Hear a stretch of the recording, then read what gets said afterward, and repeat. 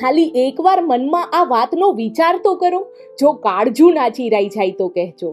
જો 90 વર્ષની ઉંમરે મારી માને હજુ પણ કામે જવું પડતું હોત તો? હા, આ માજી એ પણ કોઈ લાડલાની માં છે જે આજે આ દુનિયામાં નથી રહ્યો, છતાંય પોતાની માની આ હાલતથી એ જ્યાં બી હશે દુખી હશે. હવે તો આ જંગલ પણ કાંપતા પગનો અવાજ ઓળખે છે. દાયકાઓથી આ જંગલે જ તો તેમને જીવતા રાખ્યા છે. આ જંગલ અને આ દાંતણ એ જ એમનો રોટલો. દાદીએ બાળપણથી લઈને આજ સુધી ધીરે ધીરે પોતાના બધા જ નજીકનાની પોતાની આંખ સામે અરથી ઉઠતા જોઈ. મેં તેમને જ્યારે કહ્યું કે કેટલી ક્રૂર છે ને જિંદગી, તમારા બધા જ પોતાના લોકો મૃત્યુને ભેટી ગયા, ત્યારે દાદીના એ શબ્દોનો મારી પાસે કોઈ જવાબ ના હતો.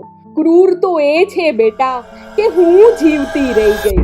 કેટલીક પીડાઓને સમજવા માટે શબ્દો નહીં, ખરેખર એક આખી જિંદગી જોઈએ. દાદી, આટલી ઉંમરે અહીં જંગલમાં આવીને આકરી મહેનત કરો છો, કેટલા રૂપિયા મળે? એ હળવું હસીને બોલ્યા, પૂરેપૂરા 3 રૂપિયા, એક દાંતણના. શું આ મહેનતની કિંમત એક મા માટે માત્ર આટલી હોઈ શકે? વાત કરતા કરતા મારી નજર તેમના હાથ પર પડી.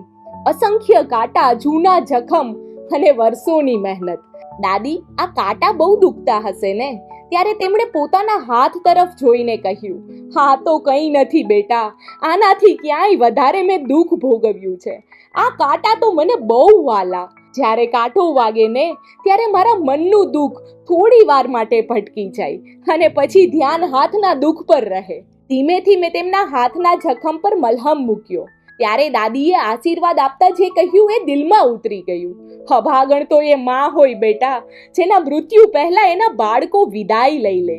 શું આ જોઈને તમારા મનમાં એ પ્રશ્ન ના થયો, જો આ મારી માં હોત તો? શું હું તેમને આ ઉંમરે કાંટાઓ વચ્ચે દાંતણ કાપવા દેત? શું હું એમને 3 રૂપિયા માટે આ મહેનત કરવા દેત? સમસ્યા એ નથી કે દુનિયામાં દુઃખ ઘણું છે.